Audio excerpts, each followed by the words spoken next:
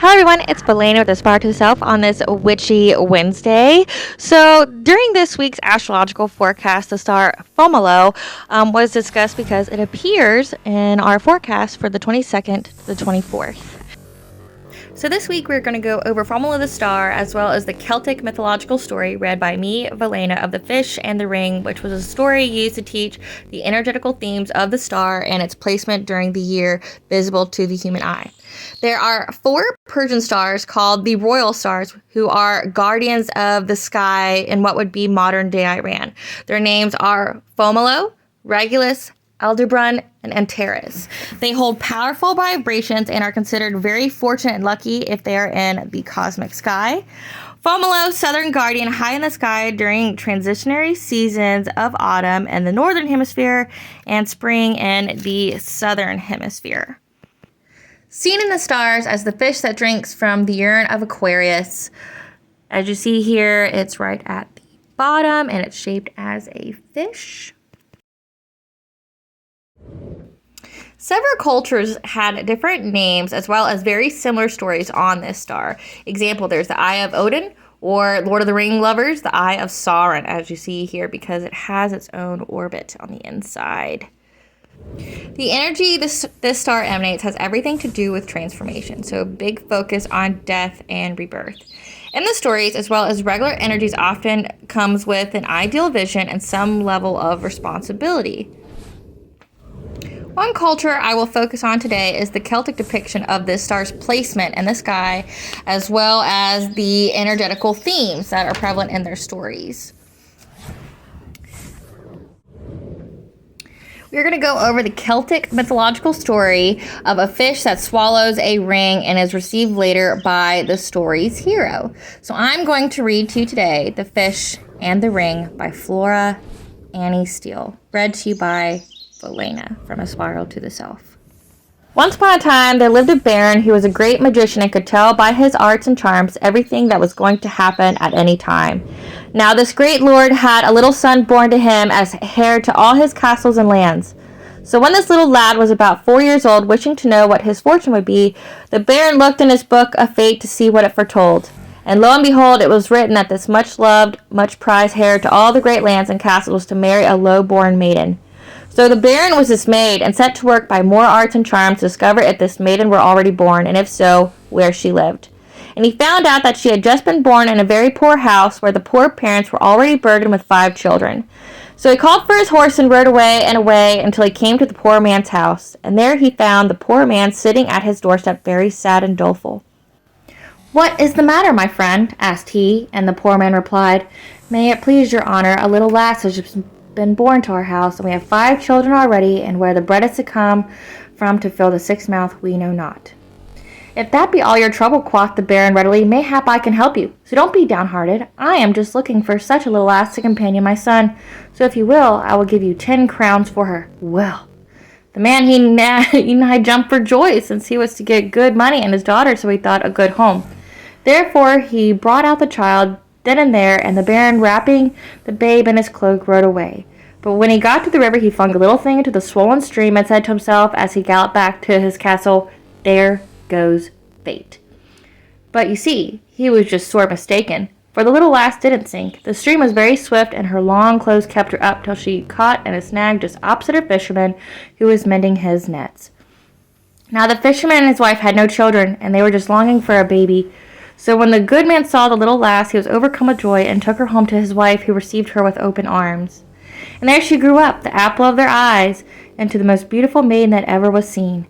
Now when she was about 15 years of age, it so happened that the baron and his friends went a-hunting along the banks of the river and stopped to get a drink of water at the fisherman's hut. And who should bring the water out but, as they thought, the fisherman's daughter. Now the young men of the party noticed her beauty, and one of them said to the baron, "She should marry well. Read us her fate, since you are so learned in the art." Then the baron, scarce looking at her, said carelessly, "I could guess her fate, some wretched yokel or other. But to please you, I will cast her horoscope by the star. So tell me, girl, what day were you born?" "That I cannot tell, sir," replied the girl, "for I was picked up in the river about 15 years ago." Then the baron grew pale, for he guessed at once that she was the little lass he had flung into the stream, and that fate had been stronger than he was. But he kept his own counsel and said nothing at the time. Afterwards, however, he thought out a plan, so he rode back and gave the girl a letter. "See you," he said. "I will make your fortune. Take this letter to my brother who needs a good girl, and you'll be settled for life." Now the fisherman and his wife were growing old and needed help, so the girl said she would go and took the letter. And the baron rode back to his castle, saying to himself once more, "There goes fate." For what had he written in the letter was this: "Dear brother, take the bear and put her to death immediately." But once again he was sore mistaken, since on the way to the town where his brother lived, the girl had to stop the night in a little inn, and it so happened that very night a gang of thieves broke into the inn, and not content with carrying off all that the innkeeper possessed, they searched the pockets of the guests and found the letter which the girl carried. And when they read it, they agreed that it was a mean trick and a shame. So their captain sat down and, taking pen and paper, wrote instead, "Dear brother, take the bear and marry her to my son without delay." Then, after putting the note into an envelope and sealing it up, they gave it to the girl and bade her go on her way. So when she arrived at the brother's castle, though rather surprised, he gave orders for a wedding feast to be prepared, and the baron's son, who was staying with his uncle, seeing the girl's great beauty, was nothing loth, so they were fast wedded. Well, when the news was brought to the baron, he was nigh beside himself, but he was determined not to be done by fate.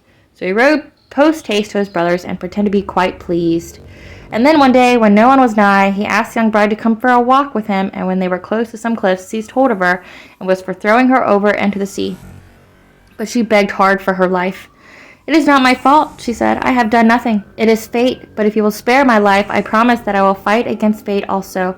I will never see you or your son again until you desire it. That will be safer for you, since, see you, the sea may preserve me, as the river did." Well, the baron agreed to this, so he took off his gold ring from his finger and flung it over the cliffs into the sea and said, "Never dare to show me your face again till you can show me that ring likewise."